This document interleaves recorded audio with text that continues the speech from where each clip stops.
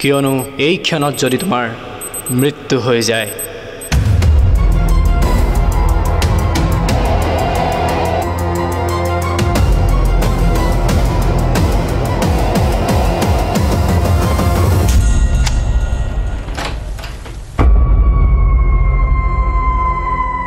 দাদা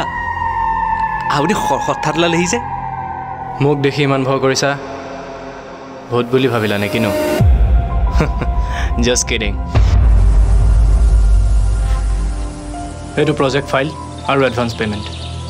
মোক ভিডিঅ' 30 মে তাৰিখে লাগে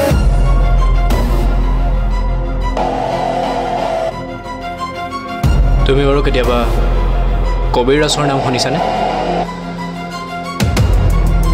তেখেতৰ এটি বিখ্যাত দোহা আছে কল কৰে সো আজ কৰে সো আব পল মে হি প্ৰলয় হয়েগি বাহুৰি কৰেগি কব ইয়াৰ অৰ্থ হ'ল যে কেতিয়াও কোনো এটা কাৰ্য কাইলৈ কৰিম বুলি এৰি থ'ব নালাগে কাইলৈ কৰিবলগীয়া কামটো আজিয়েই কৰি সমাপ্ত কৰিবৰ বাবে চেষ্টা কৰিব লাগে